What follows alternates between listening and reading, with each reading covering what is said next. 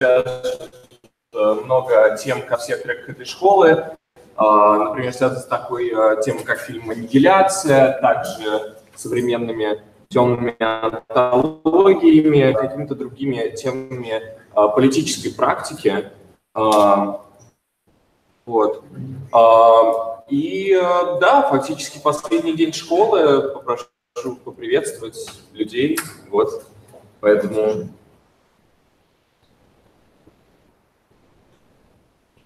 Да не надо. Давайте тогда попробуем. Окей, хорошо. Все, и можно начинать. Окей, you can begin. Okay. Okay. So our panel is called Machinic Democracy, Speculative Governance on a Planetary Scale. And this panel was kind of conceived between two classes run by the New Center for Research and Practice, as well as dialogues that have happened with Mohammad Salemy and Patricia Reed.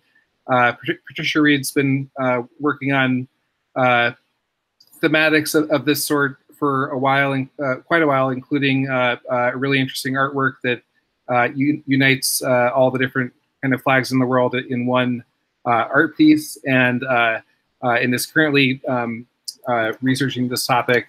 Mohammed Salami has, of course, been really good on geopolitics for quite a long time. One of the best commentators, really, on Facebook on geopolitics, in my opinion. And we have also Jaya Brekke, who is teaching a class for the New Center. So those are the two classes I was referring to. I taught a class called Promethean Democracy. My name's Jason Adams, and I'm co-founder and co-director of the New Center. I taught a class called Promethean Democracy that, oh yes, sorry. So for translation's sake, just for other people on the panel, we should talk a little bit slower than what I am currently talking. So, so I'll talk slower and also take little breathing breaks as well. Okay, so, all right, so I'm going to be a little bit less sporadic about this and go in kind of more formulaic for the sake of translation. Okay, so so the name of the panel is Machinic Democracy, Speculative Governance on a Planetary Scale. And I just want to say a few words just about the speakers, which includes myself. I'm moderating, but I am one of the speakers as well. So to introduce myself, I'm the author of Occupy Time, Technoculture, Immediacy, and Resistance After Occupy Wall Street. I'm also the co-editor of a book called Delusion Race with Arun Saldana. I'm the co-founder and co-director of the New Center for Research and Practice, and I've been a visiting assistant professor at Williams College in Massachusetts. Klara Jaya Brekke focuses upon politics of protocols and questions of control and power in distributed systems and architectures. And she's writing a PhD titled Distributing Chains, 3 Strategies for Thinking Blockchain Politically. It's possible that she may not be able to be here, and I'll take responsibility for that. It was a bit of a communication breakdown, and in one way or another, it was probably mostly my fault. So, so I'll take responsibility for that. But what we do want to talk about her ideas and talk about a class that she is going to be teaching soon for the New Center. She has a lot to offer this topic, and so hopefully we can get into some of her ideas. And if you want to learn more, then you can check it out via the New Center. And then Patricia Reed is an artist, writer, and designer based in Berlin. Her work concerns the entanglements between epistemology, diagrammatics, and modeling with politics adapted to planetary scales of cohabitation. She's also part of the Laboria Kubenix working group, which wrote the Xenofeminist Manifesto. And then Mohammad Salemy is also co-founder and co-director of the New Center, and is an independent Berlin, New York City, Vancouver-based critic and curator from Iran. And he's curated exhibitions at the Kerner Gallery and AMS Gallery at the University of British Columbia, as well as the Satellite Gallery and Database. So, those are the main participants. So I just want to sort of describe the concept and structure. And Artem, if you want me to take a break so you could fill in anything that was missing that you haven't translated yet, you can let me know. I'll keep Messenger open on the side, and you can let me know there if you want me to slow down more or stop talking for a minute. Okay, so all right. So the basic concept of the roundtable is just raising the question of how might a more just and legitimate mode of governance look in the 21st century. Okay, I'll talk a little slower. So the concept of the roundtable is how might a more just and legitimate mode of governance look in the 21st century if enacted for the first time on a planetary rather than national scale. So, planetary governance being the main idea. And there's a lot of ways to think about what planetary governance could look like. So we're kind of engaging a sort of speculative political theory and considering a wide variety of options, including, and these are just examples. So one example is worldwide direct democracy via the internet. Is when people talk about e-democracy and that kind of thing. Usually they mean nation states or they mean cities, but the idea has also been floated that because the internet is kind of infinitely scalable, potentially, at least on the planet, it could be that perhaps direct democracy could work just via the internet. Another example is basically giving full sovereign power to the United Nations and restraining nation states through the United Nations, and basically putting an end, basically illegalizing international war and other things like that, and just having one sovereign being the UN. But most of those models are models in which nation states still basically exist, but the UN just puts an end to war, basically, amongst a few other things. And then decentralized modes of governance powered by blockchain, or just other forms of decentralized systems, which most of those models would be very different from the nation-state system, and therefore you could still say that they're non-nationalist in most cases, or a more centralized yet still democratic model of world government that maybe doesn't use either direct democracy or representative democracy, but instead uses what's called delegative democracy, or and the most popular form of that is sortition, or sometimes called autocracy.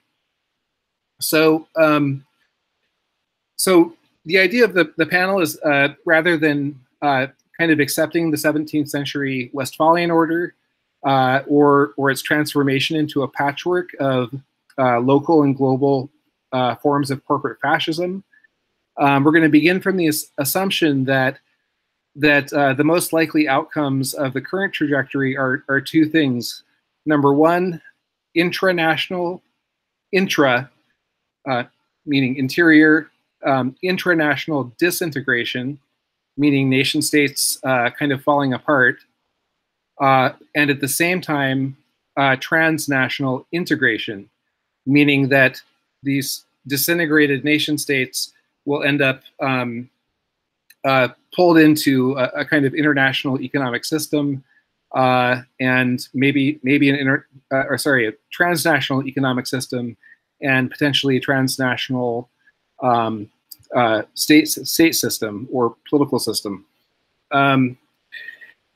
So in the dialogue, we'll engage speculative modes of aesthetic, political, and technological interventions that are concerned with the question of actually legitimate decision-making structures on the level of the world as a whole.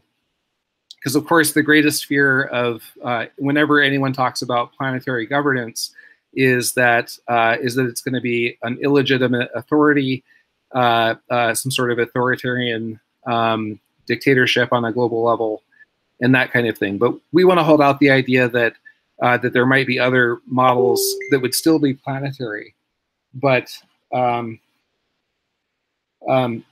that would still be planetary, but would be democratic at the same time. All right.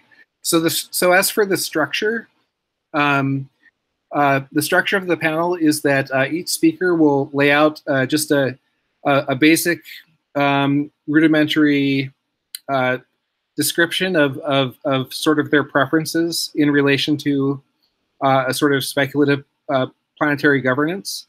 And it doesn't have to be like a fully formed model or anything like that, but just some of the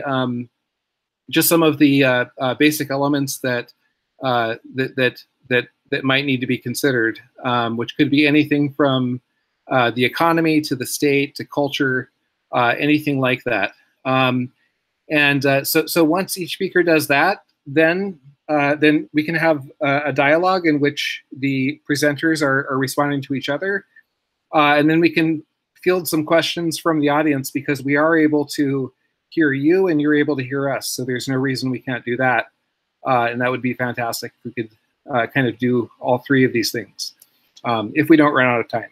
But it would be great if we could. So, so we can go ahead and get started.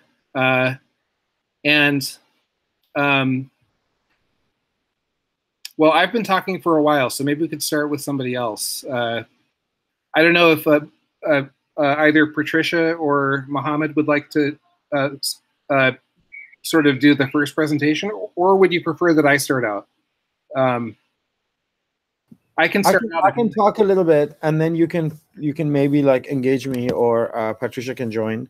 Okay. And I would also try to speak slowly, I guess, right? So Artem get a chance to do his work on that end. So if I sound like a broken computer, it's because I'm trying to slow down. Okay. So hello everyone. My name is Mohammed Salemy. So I thought maybe one way to jump into the conversation, actually talk about something I've been looking into a lot because of the urgencies of the moment, and basically bring up the fact that over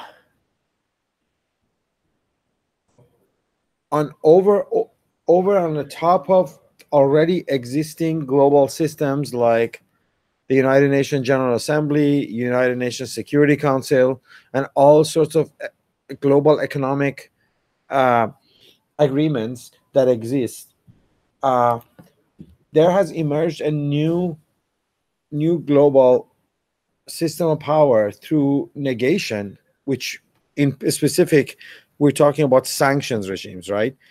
The sanctions regimes are rewiring or are attempting to rewire the political economy of Earth in new ways, providing a kind of like an invisible and less tangible world government than we could have imagined even quarter century ago. Whereas back then, when the United States or other countries imposed sanctions on another country, basically business between those two countries would cease to exist. Say if United States had sanctions on the Soviet Union, then the banks between these two nation states would not transact with each other, and businesses from America will be barred from selling things to government or non-governmental entities in Soviet Union.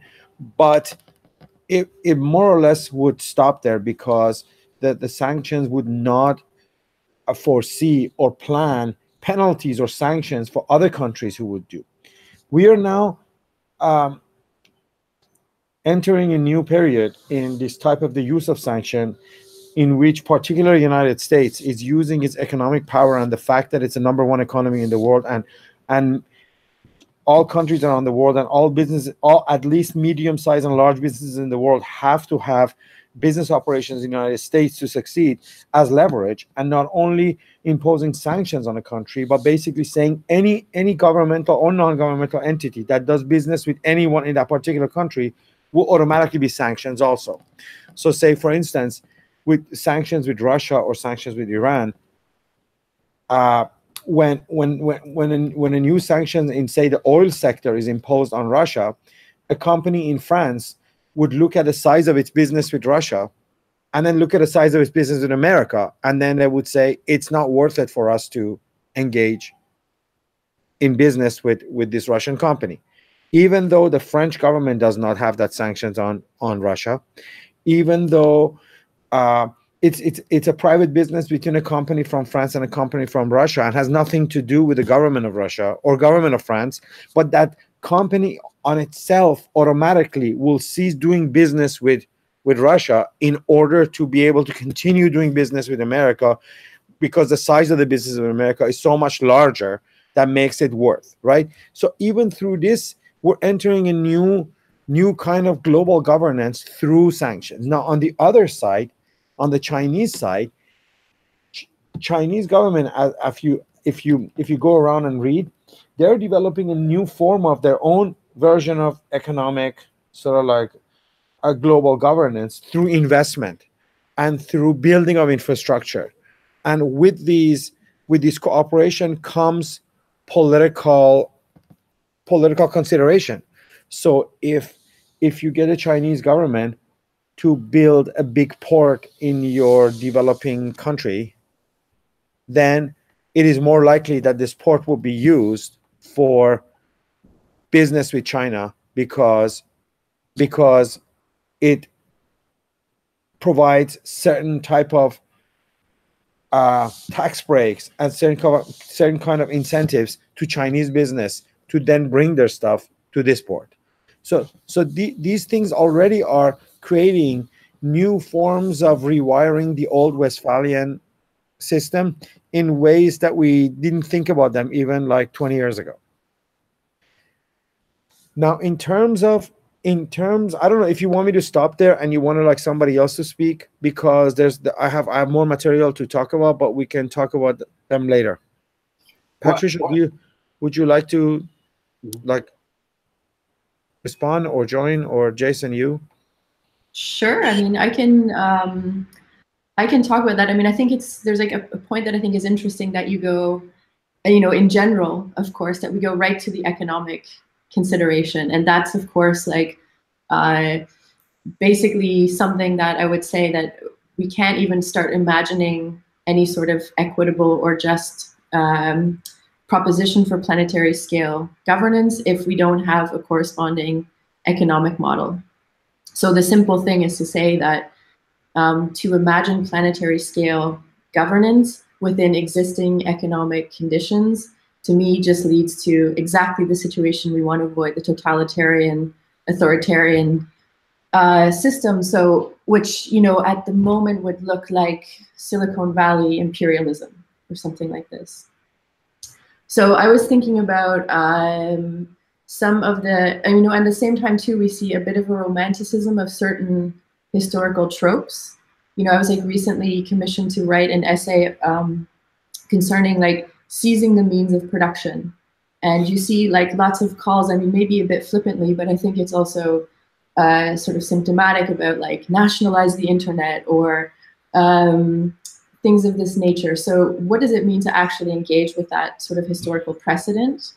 And without suggesting that simply because it is like bound to a industrial capitalist mode of production, that it's irrelevant today. So it's not to suggest that, but what would be the steps? You know, could you keep the spirit of that demand in mind and apply it, you know, to the actual scale of to the current systems of distribution, of production, and so on today. So, you know, I think the main thing that we're all trying to think through is how do you have a model of governance, or, you know, even you could say we basically need to have a political theory for the logic of platforms, so like platform politics. But the main dilemma is, of course, how do you implement this sort of scalar imperative without crushing difference, right? I think that's like the main simple problem that we're all trying to deal with. So how do you have this scalar coherency without meaning homogenization? Yeah. And that's really the main problem. So this, of course, introduces, you know, old philosophical concepts of universalism and so on, which have a historical legacy that needs to be, you know, adequately addressed. And so, like, basically, if we think about that term, seize the means of production as a sort of emancipatory call. So today, of course, the means of production in a platform logic are happening across multiple geographies and multiple sites of governance. That's something that, you know, you both addressed, the sort of not irrelevance, but the like slow disintegration of the Westphalian model. And this is certainly something that something like Benjamin Bratton's stack model really, I think, quite pointedly addresses this new geopolitical structure that we're in. So all that I'm saying when I say that we're governed in multiple geographies is to say that this old model of a Westphalian structure, which assumes, you know, a body is fixed to a certain territory and has a claim on that, that's just like not how governance is happening now, right? You've got, every time you send a signal out through communicative technologies, it's caught up in infrastructural governance, it's caught up in computational governance, and all of those sorts of things, and that does not play out within a fixed territory. So just to make kind of clear to the audience, like, what the core problem really is.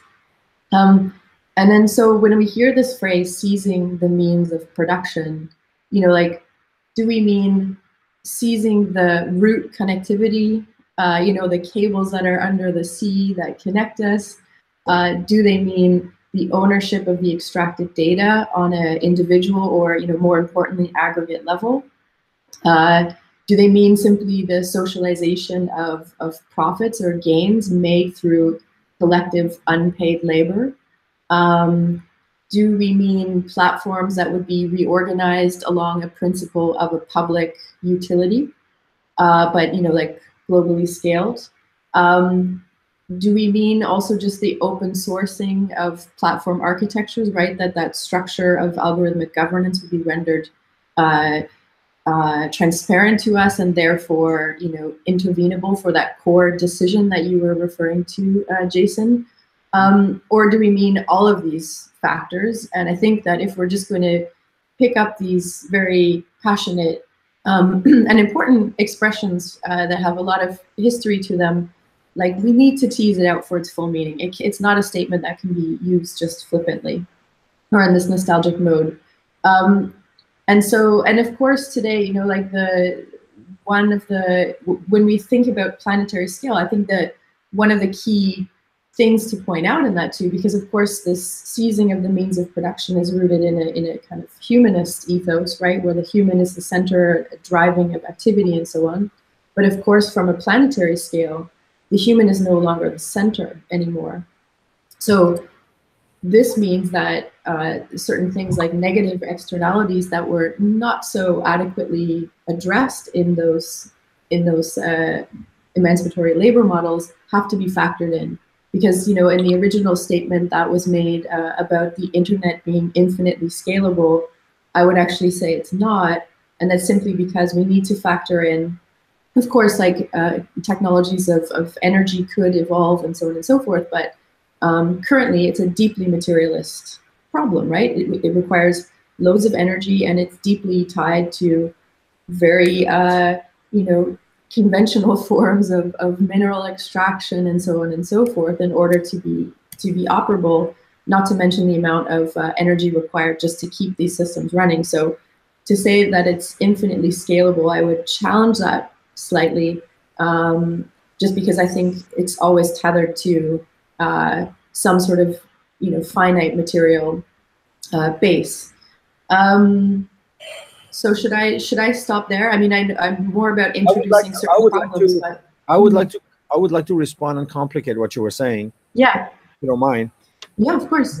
You began by identifying this thing, which is like very, very important and precise, called Silicon Valley imperialism, right? Mm-hmm. But really, this Silicon Valley imperialism, the Silicon Valley part of it is Silicon Valley. The imperialism part of it is the United States nation state, because and I want to like explain this, especially like in relation to what I was saying, because it's very similar. Is that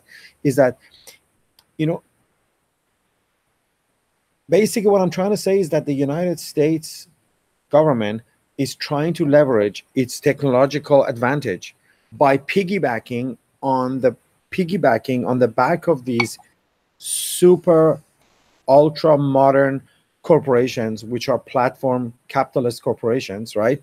And try to leverage the extent of these companies, like what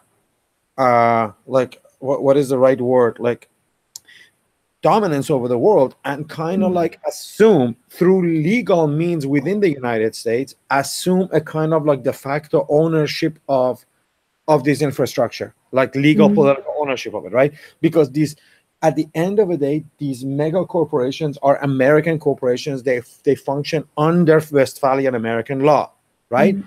So basically, U.S. is using its own nation state and Westphalian law to undo others through these network of platform capitalist data-based corporations that are out there, sort of interacting with, like Facebook, with 20 billion or more people around the world. Or no, not 20 billion, 2.4 billion, right? The new figures came out yesterday, right? So it's like, so if we all are citizens of Facebook, which is this post-Westphalian, you know what I mean, entity, and if Facebook itself is a business in US, we are de facto citizens of US, right? Certainly our data is considered there.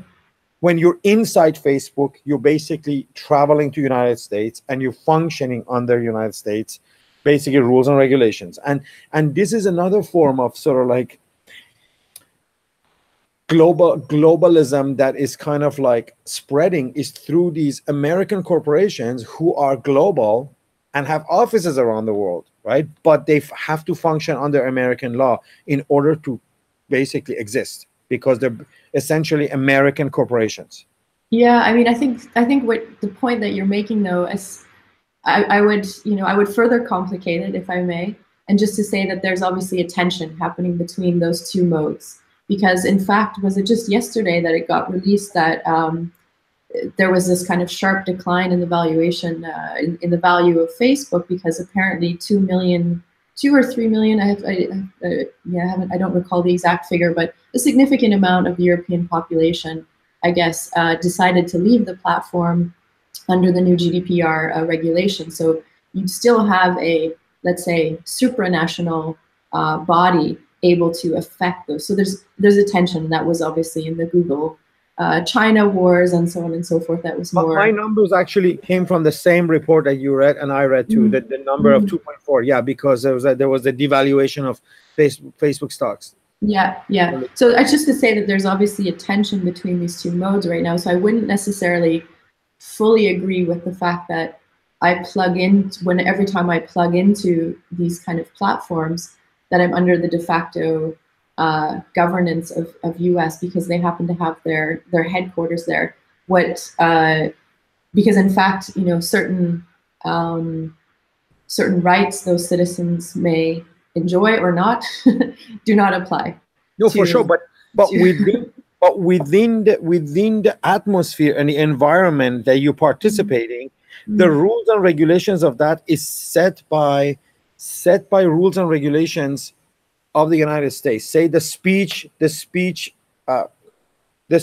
set by, the speech limit is set by the United States laws, because you're like, if Facebook deem your comment insensitive and delete it or ban you for a week, these regulations are basically, they're not like specific to Germany where you're posting from, but they're specific to regulations set in the headquarters that decided this type of comment now deserves to be banned, and you deserve to be like not be able to access your account for a week. Or when a country falls under sanction, they might or might not be able to even use a particular digital system that's available to everybody else around the world. But because of the sanctions, then like, say for instance, people in Iran are not allowed to buy apps from Apple Store. So now imagine running an iPhone in Iran and trying to get apps for your phone. There's this whole set of other businesses that are created which basically charge you a lot of money, and they give you a European address and a credit card number in order for people in Iran or countries like Iran that are under American sanction to be able to access Apple Store and buy some apps for their iPhones or stuff like that. You know what I mean? But basically my main point is that I don't think the Westphalian order is falling apart, but rather some countries are actually strengthening and turning their Westphalian power into like a global network, and some are supposed to give it away or open it up or basically reduce its influence and dominance even within their own geography in order to still be connected. And you know what I mean? Like basically when the United States and the European government say, just because we are paranoid, we think we should be able to come to your country and look at all your nuclear facilities and keep an eye on and install cameras in your research facilities to make sure you're not moving your atomic research from R&D science into military, and have 24-hour cameras in your research facilities monitoring your military sites. That already shows how certain Westphalian orders are more important than the rest, because obviously those cameras and these monitoring regimes are against the idea of a sovereign nation state. But for Iran to maintain its place in a global economy, it had to say, sure, bring in your cameras, install them everywhere, right? And then you end up in a situation where Trump actually comes and say, well, actually, we still don't trust you. We don't want this deal, right? And then now through sanction regimes, they're trying to compel Europeans to join the very same thing that they were opposed to joining, which was like cancellation of the nuclear deal. But again, that goes back again to the beginning of my conversation about like sanctions. So yeah, so I don't think Westphalian order's fallen apart. It just modifying and changing and becoming more adaptable to new needs of geopolitical economy. But this kind of raises two things that both of you said. First of all, Patricia raised the question of how do you have planetarity without crushing difference? And in a way, global hegemons are already a form of planetarity. It's just an extremely illegitimate form of planetarity, you could say. So our question is that we want a more legitimate form of planetarity, and there's a lot of ways to achieve that. And one thing that I was hoping that Mo would talk about, and there's a reason why, is because we had discussed it previously. He was bringing up this concept of what is it? Epistocracy? Epistocracy. Because I want to talk about that gave me the idea to talk about ontocracy. So I'm just curious if you want to say anything about that, about epistocracy. Sorry, and kind of like because your alternative that we had discussed earlier was you were talking to some degree about perhaps some form of like AGI and just artificial intelligence forms of governance, and how could something like that be legitimate, and what does it have to do with epistocracy? Patricia, do you mind if I speak, or you Go ahead, Mo. Yes.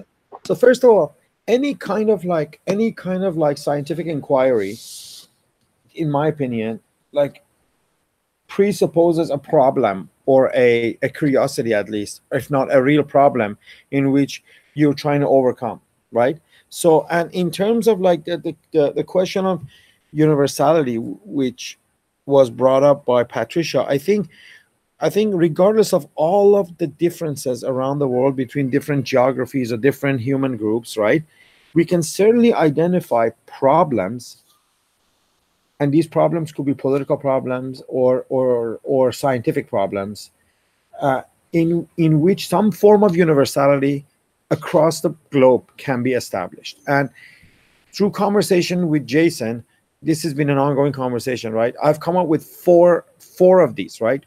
So, which means like these four, of course, have different local manifestation or local sort of like existence, but you can speak to them, speak about them in universals. Like one of them is global security and peace, right? Basically, the question of militarism, war, how we're going to secure the planet and make it a peaceful environment, right? Second one is income inequality, or basically the other side of redistribution of privilege, right? This is an issue that, like, regardless of culture or geography, it's an important problem around the world. The third one is environmental disasters and climate change, right? This applies regardless of culture and geography to all corners of the world, right? And then another one is basically thinking of the global healthcare, right, and the health crisis that the planet faces as a result of like as a result of the environmental disorder and climate change, but also as a result of globalization, traveling, and all sorts of stuff. We need to think of global health as a universal, and then also the issue of computational infrastructure and data capital and all sorts of issues that we just discussed earlier, right? Who owns these networks? Who owns this data? And how can we think of a global governance system in which we basically secure or think of this as a global issue rather than a nation state issue, right? So these universal problems can bring people from around the world and geographies from around the world together to think collectively about sort of like governance systems globally, which will deal specifically with these issues. So basically, what sort of like me and Jason Adam propose is that global governance doesn't have to govern every aspect of life, but when it comes to these particular issues, it'll override the local authority, and local authorities have given a lot of leverage in order for these global systems to monitor and regulate because of the universality and globality of the issue, right? So when it comes to, say, certain environmental regulation, if it's set in a particular way by global systems, it will override the local need for, say, another coal factory.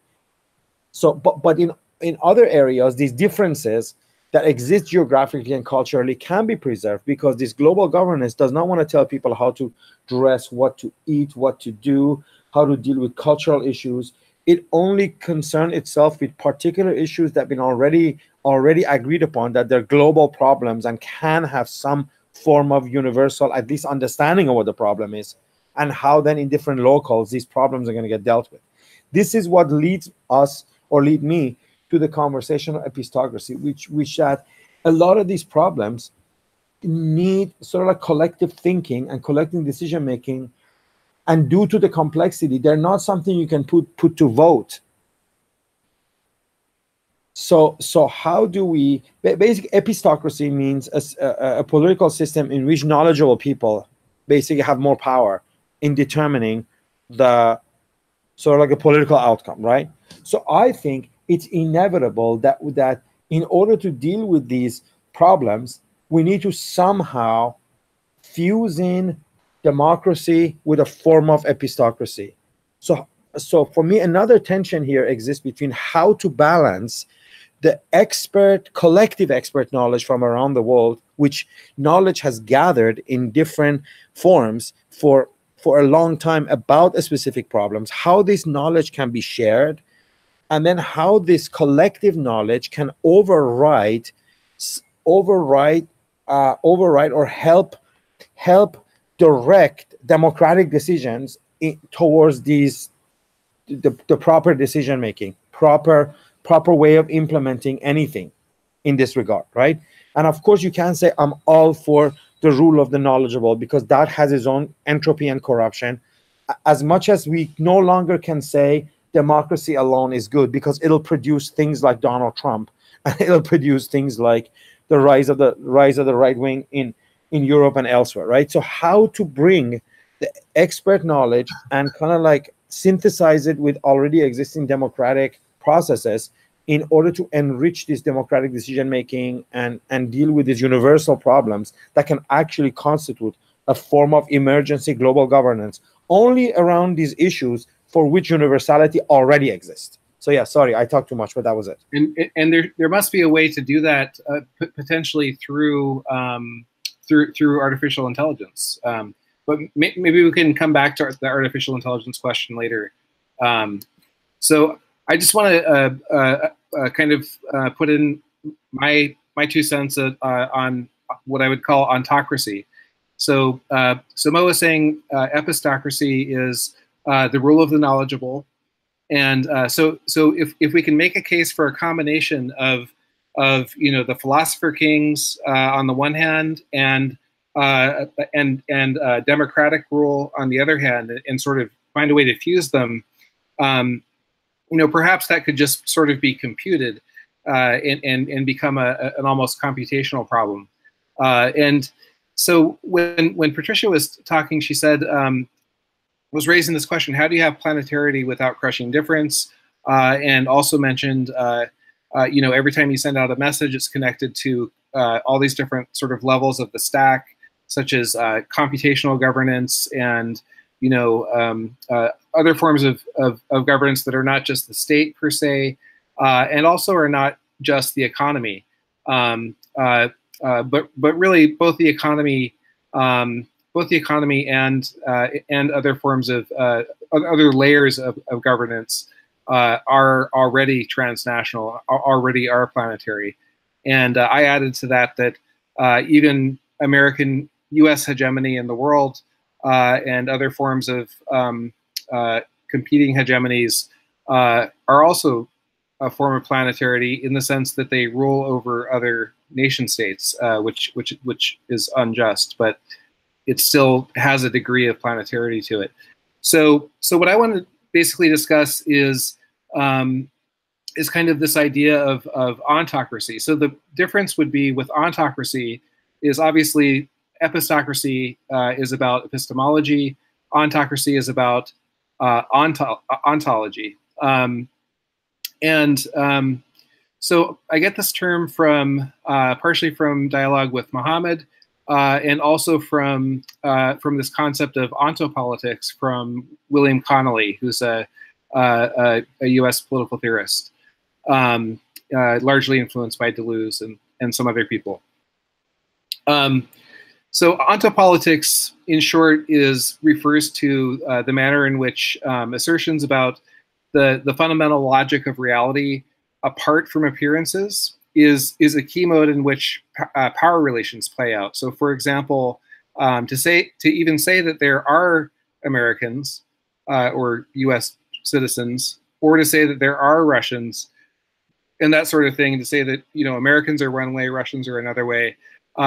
This sort of thing is often used as a way to sort of remake what are actually very contestable, historically contingent concepts, such that they end up being treated as though they've sort of existed from time immemorial and are unshakable, unmoving, unchanging realities. When in fact, as we all know, every nation state in the world has not been. Almost every nation state in the world has been around for about 200 years or less. A few of them a little bit longer, but really extremely recent inventions. And so anyway, so we know that these things aren't natural entities, but ontologically, they're asserted and sort of deployed in the world as though they're these timeless things. So as Connolly puts it, quote, every political interpretation invokes a set of fundaments about the necessities and possibilities of human beings, about human being. About, for instance, the forms into which humans may be composed and the possible relations humans can establish with nature. So what I'm calling ontocracy is the set of power relations that seek to assert that the very political order of things and its categorizations as they are deployed is a stable, unmoving, unchanging thing, when in fact we know that that it's not. So this generalized denial of the possibility of a non-Westphalian order of nation states is for me one expression of ontocracy. There's a lot of different expressions of ontocracy that you could think about quite easily, I'm sure. So why? But I would go further, and I would say that you know, some of these images of, for example, a worldwide direct democracy via the internet, and even you know, giving the United Nations sovereignty, sovereign power over every nation state. Although I like I like both actually quite a bit. I think that both of them are also a little bit autocratic because, first of all, the idea of a worldwide direct democracy via the internet, you know, to me, that's just using conventional decision-making categories that we're all very familiar with, and it's not trying to think beyond the kind of conventional categories. And the same thing with the United Nations, even though I like that one, that's just the representative democracy version of the same thing, pretty much. So when in fact there are other options. So there's representative democracy, there's direct democracy, and then there are other options such as delegative democracy. And delegative democracy, I think, is really interesting in terms of kind of how it uses chance and in certain forms, such as sortition. So the nice thing about sortition is that sortition is extremely scalable as a system, and it retains sortition can happen on as large of a scale as you want. It's probably even more scalable than the internet, as Patricia was pointing out, that there's always a material base for something like the internet. Like we might somehow find a way to make it completely global, but once humanity is really kind of post-planetary, they haven't really found a way to make the internet work, you know, transgalactically or anything like that, or to some extent, but it's really has had quite a bit of problems. But that's not necessarily true when it comes to something like sortition. Sortition I see as kind of like a sort of a third alternative that is kind of outside of these autocratic categories of both direct democracy and representative democracy, because sorry, I'm talking fast, because of the fact that sortition, which is a form of delegative democracy, is based upon it takes kind of the best of both. Representative democracy is nice because it can function at a large scale. It's not nice because it often ends up being extremely unrepresentative of the population, because especially in the US, maybe a little bit less than other countries, but also most other countries too, those who end up in power almost always are from the upper classes and that sort of thing, and not necessarily the most intelligent people by any means, as you can see with Trump. So it's not a meritocracy, but we're told that it is. And so that has its problems. Direct democracy also has the problems of being overly emotional at times and not really very well thought out. Sortition, because it is based on chance, and sortition refers to basically drawing lots and having a randomization of who ends up in government. That ends up being, especially if it's if it's inclusive of the whole population, I think that would end up being far more representative of the population, and it still retains all the best aspects of direct democracy. But I wanted to say just one more thing about how can you have planetarity without crushing difference. Think about some of the interesting independence movements that we've seen. For example, the Scottish independence movement and the Hawaiian independence movement. Those two independence movements, the Hawaiian one trying to break away from the United States, and the Scottish independence movement trying to break away from the UK.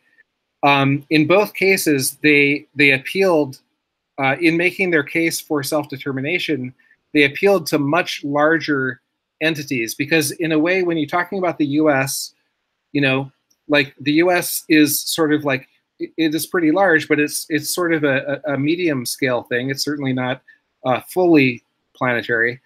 And the UK is also sort of medium scale, but the Scottish appealed to the European Union in their appeal for independence and for their right to be different, for their right to self-determination. Ironically, they appealed to something larger, because if they appeal to the UK is definitely not going to grant them that. And the same thing with Hawaii. If Hawaii appeals to the US government for independence, the US government is not going to grant it. But perhaps the United Nations will, or perhaps some other much larger entity will, so long as it has enough authority to say, we don't care what the United States thinks, or we don't care what the UK thinks. We think that Scotland should have independence, and we're going to guarantee it. So this is a way that I think that, ironically, we always think of there being this complete tension between like small-scale independence movements and absolutely planetary entities, or just very large macro-regional entities like the EU. But maybe they kind of depend on one another, or they could, if we could sort of break out of our ontocratic categories. So whoever wants to talk. I think there's a couple of points that I'd just like to make, because this is the first time that I'm also hearing about your two modes, which are extremely interesting. So I'm just trying to sort of parse them. And the word that keeps coming to my mind is episteme, right? Like not in the sense of, because I think this is a really important notion to negotiate if we were to think of this proposition, or the speculative proposition of an epistocracy, in the sense of, of course I come to some sort of consensus with Mo as to the definition of these, let's say, 4.5 problems, because there was the 5th one of the computational infrastructure added. But at the same time, would those from another perspective, because the episteme is like, it is the sort of predetermining factor of what can even be identified as a problem, right? So this to me starts to bring in questions of norms, because we certainly have also seen historically an abuse of epistemology. Like epistemology is also, from the standpoint of science, been abused as well. So we can't ignore that historical legacy as well, especially speaking as, where most humans were not granted privilege into the category of being able to produce epistemology. And we still have that issue today, right? So I think I would be you know, obviously I'm sympathetic to the notion, with the condition that that category itself becomes highly diversified, right? Because I think we're starting to come to terms with different modes of intelligence, different modes of negotiating the environment, and different ways knowledge is accrued from, you know, localized environmental encounters, and they're extremely effective in that context. So I think that that point needs to be addressed, and then also to kind of, you know, maybe put this on a cultural level to say, you know, and this is maybe taking a few steps back, but again, to focus on these norms, because I think that is when you start to get to the level of algorithmic governance, of course, as we all know, the bias problem, or the, you know, embedded within these things. So actually the Silicon Valley imperialism that I was addressing is maybe most violent or most oppressive in the way that it just propagates a certain set of norms from a very particular group, right? And so that to me is actually more, you know, on a cultural level, that's much more problematic than of course Mo is correct in situating it in this macro political constellation, but even on its everyday level, right? It's another form of sort of like cultural hegemony that is being imposed. So basically, I guess my question is, you know, we're thinking about this on a very structural level, which is important, but there's also the whole set of norms and this sort of,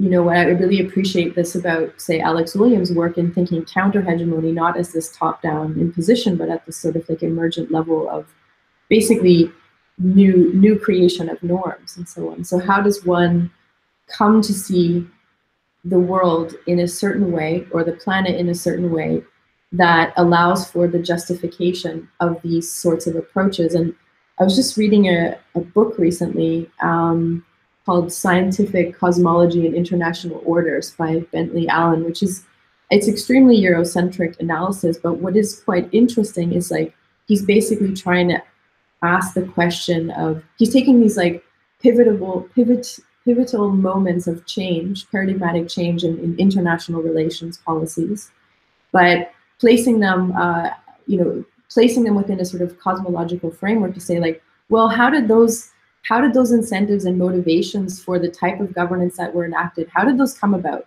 Because it's one thing to just identify that, say in the 16th and 17th century, a sovereign body, their key motivation is for glory and for God, to our current day one, which is for economic growth, right? It's easy to state those changes, but then to say, well, how like, why did people change their mind? How did that new worldview come into place?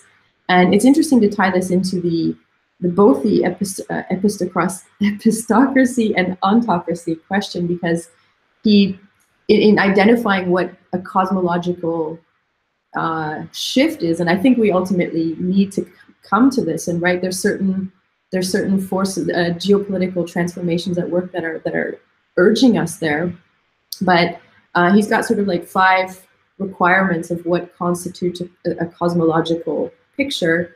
One being epistemology, a second being ontology. Other ones deal with cosmogony, so like destiny and temporality. So there's the other thing about this planetary scale that is, I think, really important to bring in, is that we need to fundamentally learn to see ourselves in a different way, which will have massive ramifications on the epistemic and ontological levels. But again, when we evoke the planetary, which to me, the difference between almost the planetary and the global is the planetary is precisely a mode where we really need to like dig into the materialist problems as well. In which case, the problem of temporality of this type of governance really becomes quite apparent, right? Because humans have a relatively finite lifespan, but you know, in comparison to the temporality of the geologic, for instance, in comparison to that of a fruit fly or what have you. So there's all these different multiple temporalities, not to mention the way that temporality operates very differently amongst human cultures.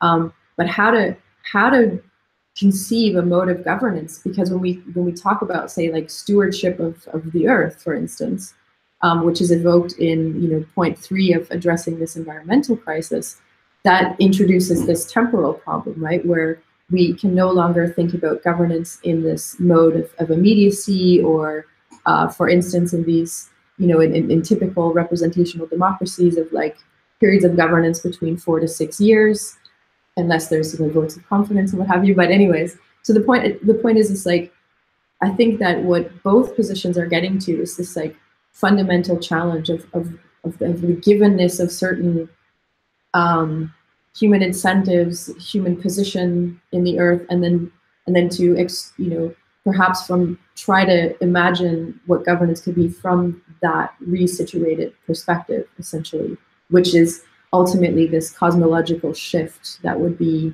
required. And so yeah, it's basically to say that there's loads of what this study from this Bentley Allen sort of maps out is the governmental or governance consequences of these cosmological shifts. So of course, one being the Copernican moment, which goes through 200 years of parsing, let's say, to arrive at a certain view of what international relations ought to be. The development of the controlled release of energy out of a that you have of energy from the development of the nuclear bomb. It's narrated in such a way that humans imagine themselves to have control over nature, which sets up a very quite a specific relationship to the world, for instance.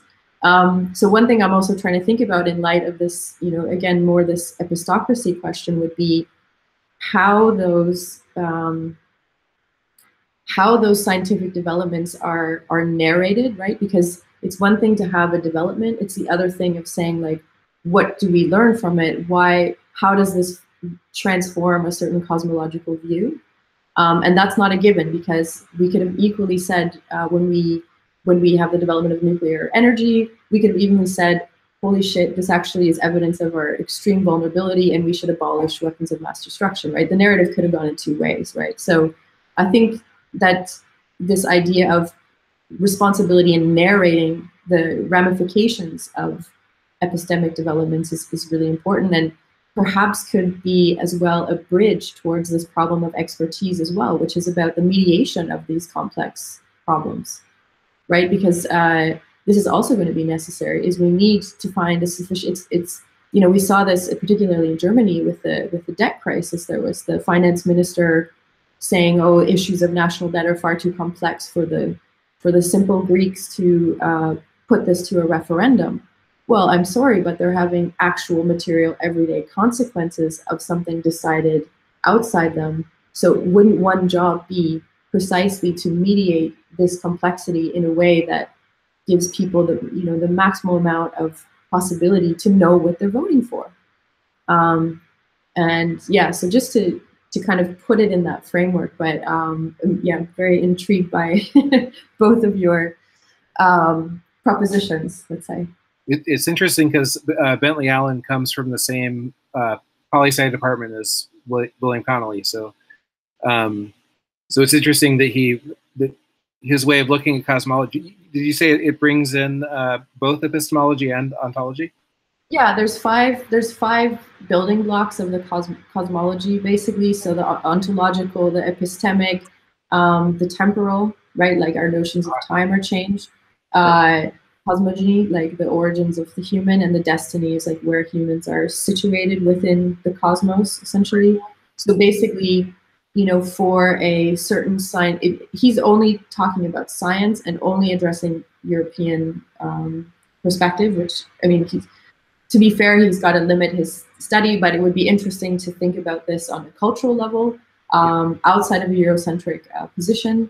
But nonetheless, so he takes paradigmatic scientific developments, and then teases out through this through the micro and meso scales of how these ideas interpolate people in order to introduce these cosmological shifts, which in turn generate new senses of purpose for governing bodies, basically. And it's a very slow duration, like I said, the Copernican example that he gives is like roughly a 200-year period from when the text is published to the sort of mediation of that discovery through other scientific practices, and then arriving at sort of a mechanistic view of the cosmos, in which case certain protocols for international governance make sense from that cosmological perspective. Sounds fantastic. Mm. I was thinking that we should maybe speak a little bit about Jaya Brekke's ideas of blockchain, and I thought one way of talking about that might be the epistocracy idea, because one form of epistocracy that could actually be legitimate if it was sort of like programmed correctly would be algorithmic governance or AI. And it's not exactly the same thing as blockchain really at all, but I don't know, what do you guys think? What are some ways that that blockchain could be integrated into a more legitimate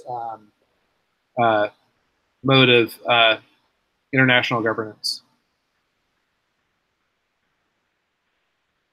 Big question, especially in the absence of Jaya, who would have been the expert to indulge. But from what I know of blockchain technology, the blockchain way to go about it is to allow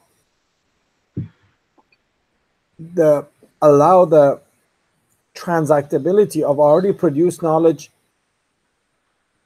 form opinions and decisions, right?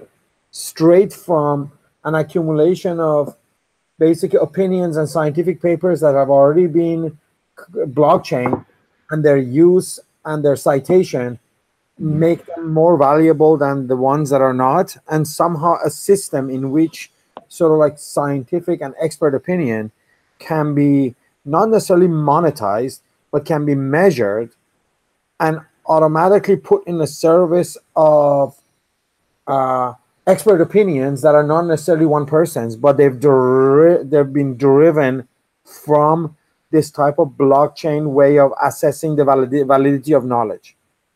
So the validity of knowledge comes from its use, and come from its citation, and come from how different valid users and sources have used this, right?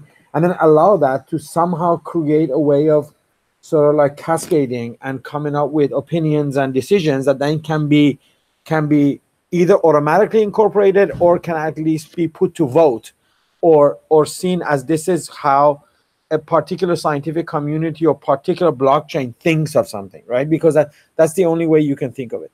In other sense, basically you're going to end up having like, it's like the model already exists, philosopher kings, right? I mean, if you look at it, Iranian system is epistocracy, because the supreme leader of Iran actually is supposed to be the supreme episteme, right? Like he's on the very top of the democracy, and basically he intervenes if the democratic decision made by the parliament or the government, which itself is democratically elected, contravenes things that other people are not able to see, but he's able to see because he is a supreme episteme, right? So he steps in and say, no, this law is not good, and then he sends it back to the parliament, right?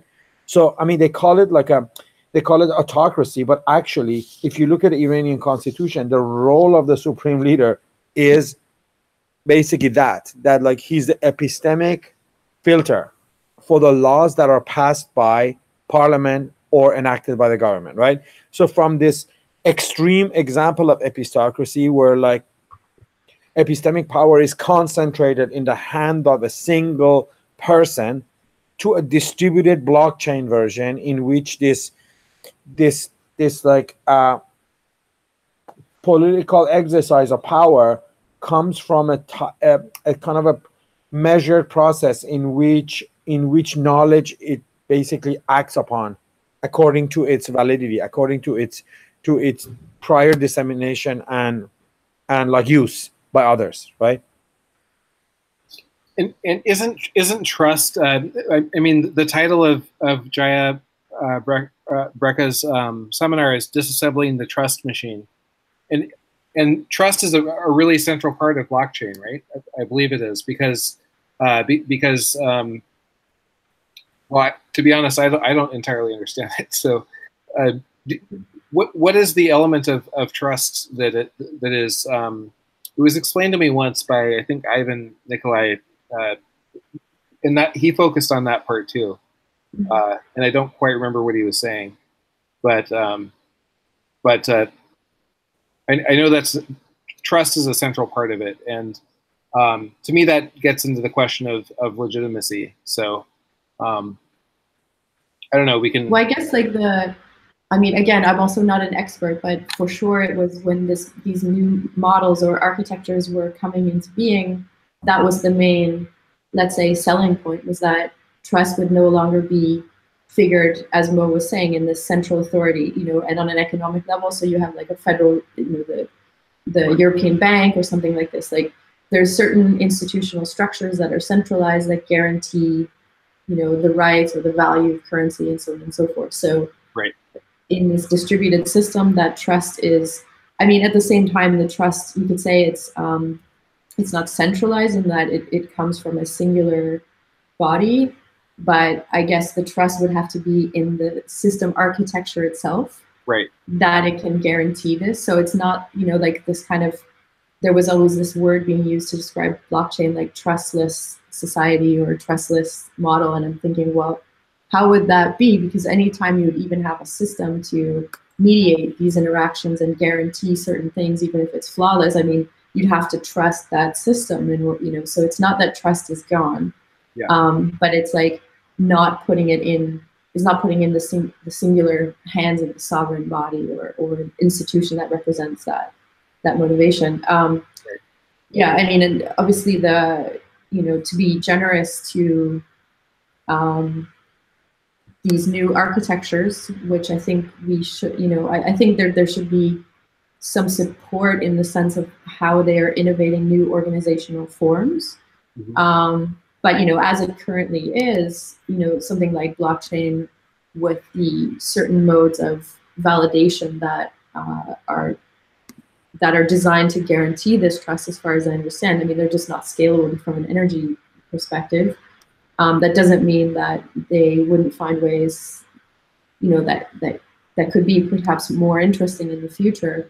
But that's been obviously a very huge issue. And I remember even hearing Jaya's presentation one time, and she was basically trying to tease out the claims made under a blockchain architecture versus a reality. So I recall her talking about that in fact this promise of decentralization was ending up still sort of congregating in a centralized way, either where you have a concentration of server farms, either those that are seem to be doing more of the mining work of say like Bitcoin compared to those of Ethereum, but nonetheless there was a certain centralization. And even so there's a kind of a contradiction, let's say. There's like contradictions arising between certain claims made under these new organizational propositions versus the reality, which again, I think that there's like, obviously there needs to be a criticism of this, but I would generally be supportive of trying to test out what these new architectures could be, right? I think that if we just too quickly shut them down because these first prototypes are not delivering 100% of their claims, would be perhaps a little bit defeatist. So yeah, I mean, again, it would be so great to have her here because she can really speak to the details of these things, and I can only speak to certain things that I've heard her say. But as far as I know, her work was really important because it addresses these tensions between the claims made and then its actualization. Should we open up to questions, because we've been talking for more than an hour actually? Yeah. Look at the time. Mm-hmm. If there are any.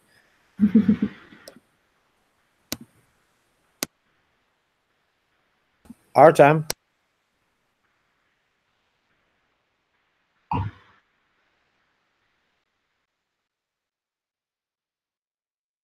We'll open up the floor to questions now. There's one person in the back, so when there'll be people asking, they'll just talk, and then I'll mute the microphone so you can answer. Okay, просто можно же так задавать вопрос? Да, просто говори. Thank you for this discussion. For me, it was very inspiring. I have a few questions for you. The first question is, the last topic was about legitimacy and trust, and my question is quite simple. Well, actually, I have two questions, okay? The first question is about trust and legitimacy.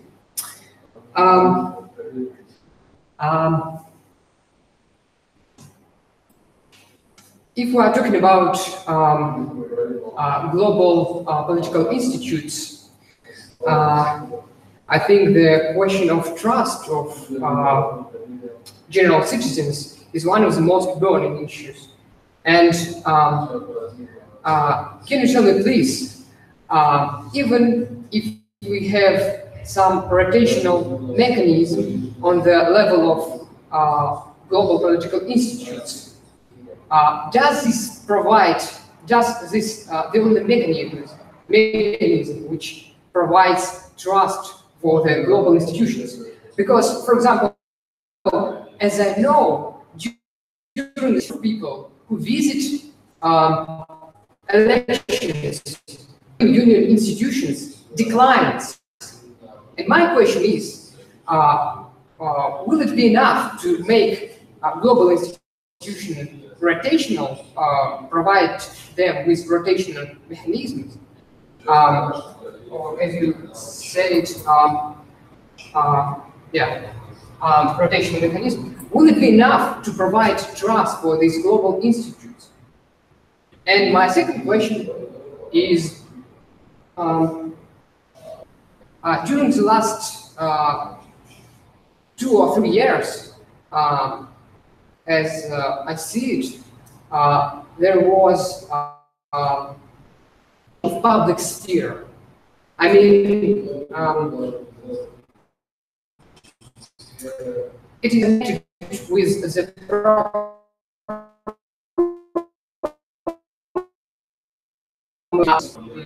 public sphere as well as the questions of experts, or some questions are excluded and from the public sphere because they are connected with maybe some radical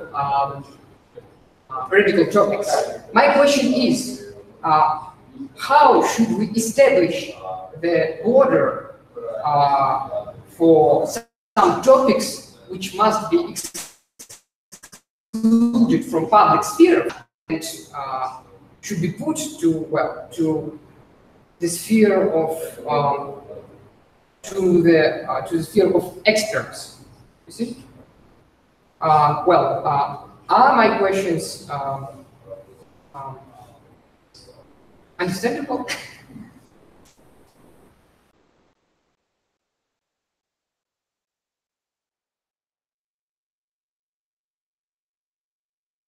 Who wants to take the?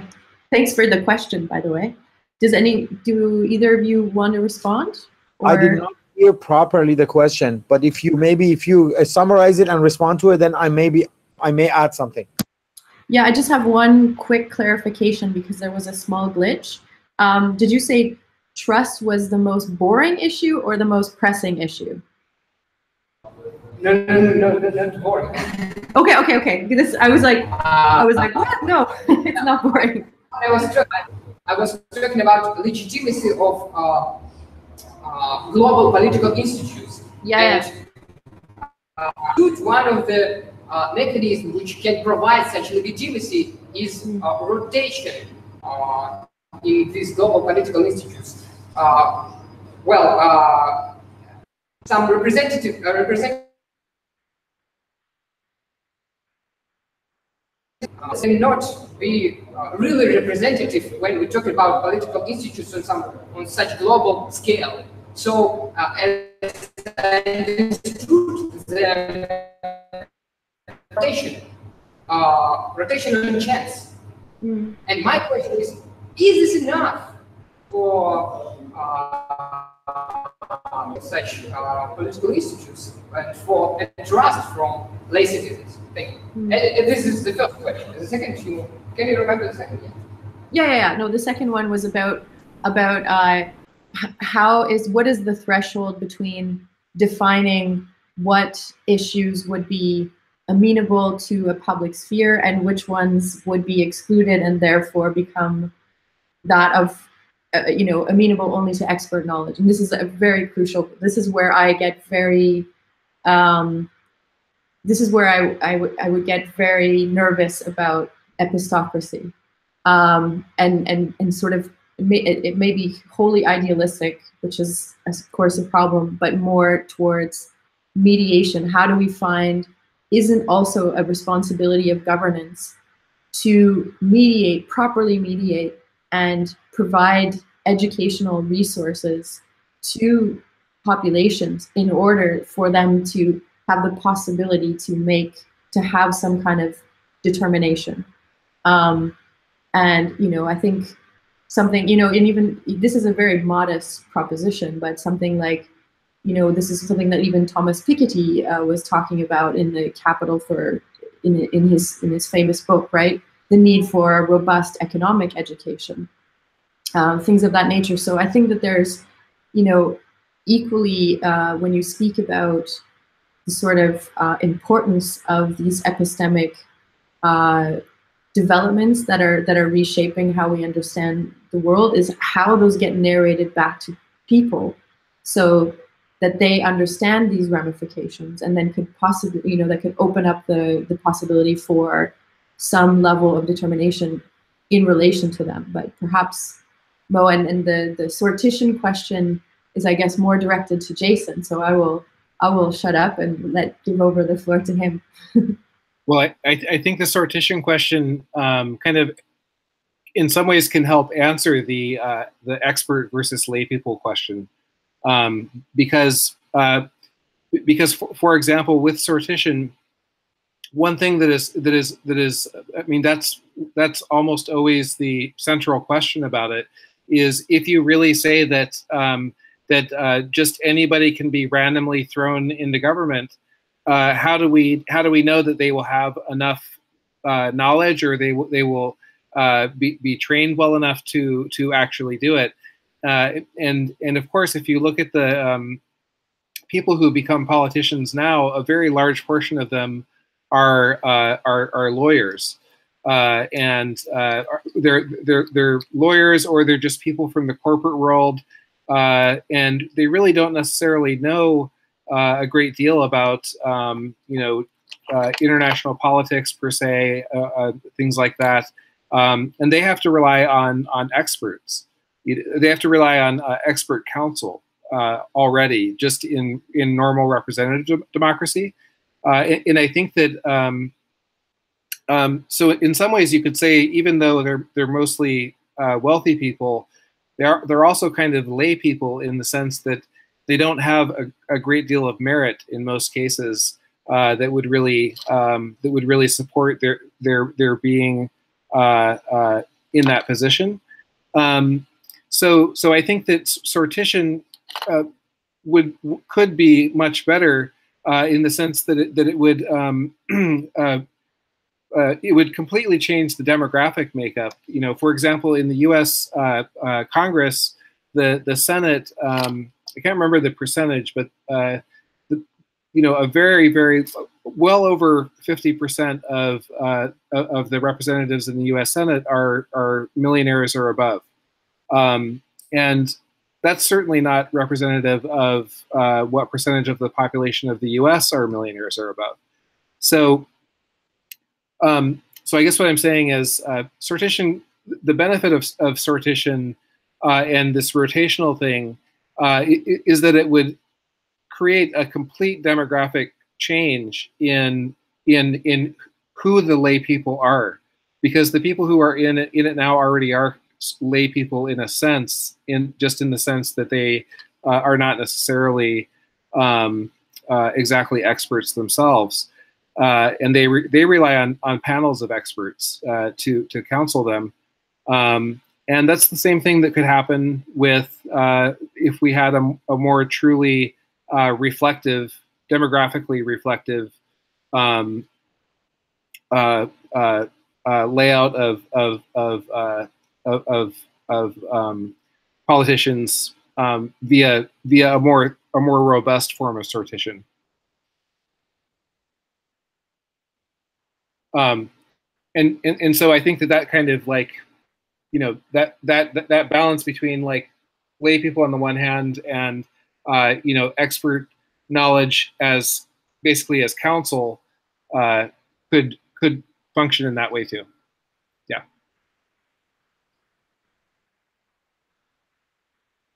And Mo, do you have anything you want to add about this? This sort of, because I think, yeah, this kind of issue of trust and having the legitimacy of just being called an expert. I mean, this is a huge this is a huge factor into itself, right? But in blockchain, the trust is established through multiple copies of the chain which all match, right? So you know what I mean? Like, say, you cannot fake the fact that 20,000 people have referenced your article, and those articles themselves have gone on to be referenced and have produced sort of like results in applied to the field. You can't fake that, right? So these chains are actually there to verify and to create that trust, right? But of course, there's been ways, especially with Ethereum, for people to have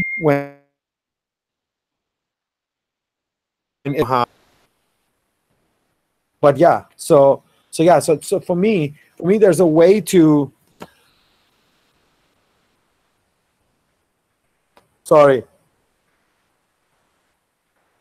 important discussion in another thread, but yeah, so the automated trust or like the blockchain trust is usually created through this type of like verifiable multiple copies of the ledger, right? Mm-hmm. So everybody knows that, say, Patricia Reed did this, and people read it and referenced it, and somehow it made it into a good government policy. Mm-hmm. Some of the words that blockchain can say, mm-hmm, that actually comes from this paper, because this is blockchain can actually kind of like draw how it spread and became policy, for instance, mm-hmm, right? So the trust is in the system. Yes, but then how are we supposed to, within that model, how are we supposed to account for the diversification of epistemologies when not all forms of knowing map themselves into the typical peer review scientific procedure, for example, and in traditions where there's no paper trail, let's say, or no, I'm thinking about the cartography of the South Pacific, where there's no like concrete map of the territory, but nonetheless the mapping schematic functions very well for that locality once you know how to apply it. And all these other types of knowledges which have a very intimate connection with a certain geography that don't like fold into institutionalized science, but are nonetheless, and of course we're recognizing now the extreme value in a lot of these knowledges. So how would that account for that?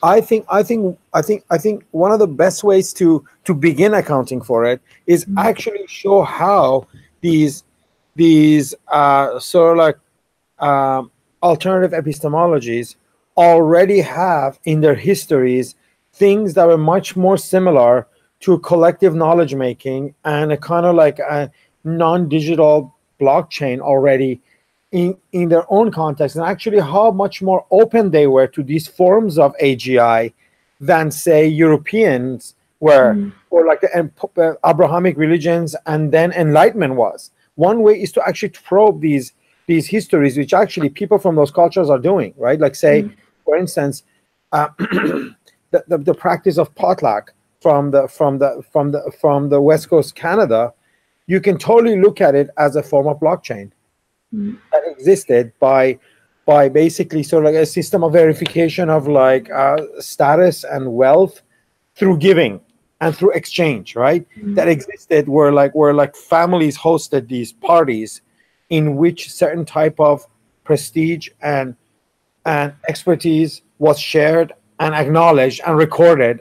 And you know what I mean? Those copper plates are basically almost like the bitcoins of potlatch, and that's why it was so important for Canadian government to ban it and does not let these type of collectivities come to exist, because through that you could maintain a kind of epistemic sort of like power. So but also one has to look at how these modes can be useful and can be revived or modified, and a lot of this work on the sort of like vernacular and local level is getting done. For instance, like when you look at the amount of historical and humanities knowledge produced, I can only speak about my own case, right? In Iran in the last 25 years, then the amount of knowledge produced, because you know what I mean, say until like 80s and 90s, the most amount of knowledge, historical knowledge and knowledge about Iranian culture and history and past was all in other languages, because it was Europeans who were more interested in knowing deeply what we were and what we did than us. But when you look at it in the last, say, 25 years, so much incredible research and material has been produced because university in Iran expanded. They all started master's program and research programs, and these people have been just producing knowledge. Like the amount of knowledge produced locally about Iranian history just within 2 decades surpasses. Of course, it's in Farsi and it's not available in English. So if you're only like limited to English, you're only still limited to what Europeans wrote and thought about Iran. But if you delve into Farsi, another world universe of like knowledge opens up to you that simply did not exist 30 years ago. So these things can then somehow be brought into the larger AGI. You know what I mean? This local, you know, like say for instance with Aboriginals, you know, Canada has only started to sort of like support and put money aside for Aboriginal knowledge production. Give it 25 years and you see how a whole new wealth of knowledge becomes available that somehow comes from people of that culture who have more like tactile connection to that past, and still things exist for them to rethink and bring forward, right? Like all these like initiatives in Canadian universities to allow Aboriginal scholars to get funding, join the faculty, start like programs for visiting artists, visiting scholars, visiting like people from the tribes coming in. All of this, if we continue on, will help produce or at least address some of your concerns. And I can tell with the case of Iran, it certainly has, because 30 years ago when I was looking at a topic, I could only find some weird stuff in French or English in it. And now there's like 30 volumes written on a topic from newly graduated PhD people in Iran. Books are getting published, you know what I mean? Their dissertations are online, and I'm lucky to read Farsi and I have access to it and enjoy it. So yeah, so I don't know if I was able to like add to your discussion. I'm so sorry, Jason, Patricia, Mohammed. Thank you so much for the lecture. Sadly, the internet connection is now a little wobbly, and it's already 10 to it. So thank you so much for the lecture. Thank you so much for your answers. And yeah, thank you so much.